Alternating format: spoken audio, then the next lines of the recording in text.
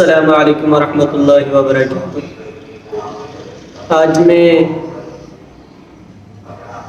اہل پاکستان کے تمام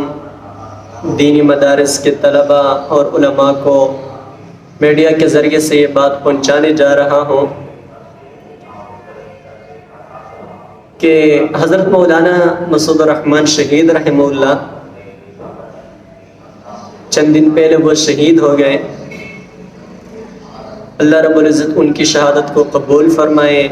اور اللہ رب العزت ان کو جنت میں اعلیٰ درجات عطا فرمائے اور ان کو جنت الفردوس نصیب فرمائے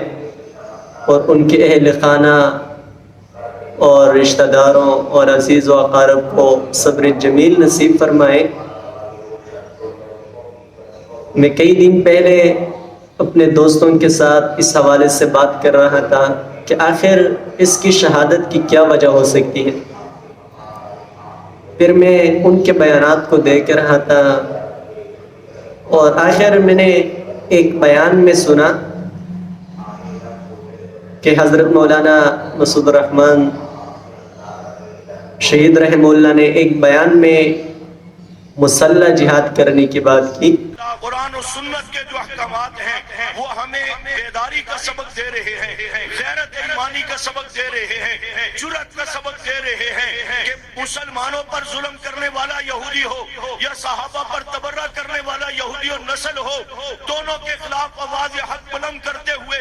جب تک آپ میدان عمل میں نہیں نکلیں گے اور جہاد کے لین پر چلتے ہوئے، چاہے وہ قلم سے جہاد ہو، وہ زبان سے جہاد ہو، حکمران اعلان کریں تو وہ مسلح جہاد بھی ہو۔ اگرچہ وہ پاکستان کے خلاف مسلح جہاد کرنے کی بات نہیں کی، لیکن جب انہوں نے بیان میں یہ بات کی تو پھر میں نے اپنے ساتھیوں سے کہا کہ شاید یہ وجہ ہو سکتی ہے، کیونکہ میں نے بہت سارے اکابرین کو دیکھا ہے کہ جب بھی ان کو شہید کر دیا جاتا ہے، حضرت مولانا مفتی شمزئی شہید رحمہ اللہ، کہ وہ پاکستان میں یعنی مسلح جہاد کرنے کی صرف بات کرتے ہیں تو صرف اس بات کی وجہ سے بھی ان کے لیے خطرہ ہو سکتی ہے۔ لہٰذا ویسے یہ میں نے اپنے تجربے کی بنیاد پر اپنے ساتھیوں سے کہا کہ شاید یہ وجہ ہو سکتی ہے کہ انہوں نے زبان پر یہ بات کیوں استعمال کی، کیونکہ میں نے حضرت مولانا مفتی شمزئی شہید رحمہ اللہ کو بھی دیکھا تھا جب انہوں نے میڈیا پر مسلح جہاد کرنے کی بات کی۔ موت کر چکے قلم کا جہاد، موت کر چکے زبان کا جہاد، اب ان کا علاج سوائے اس کی کچھ نہیں۔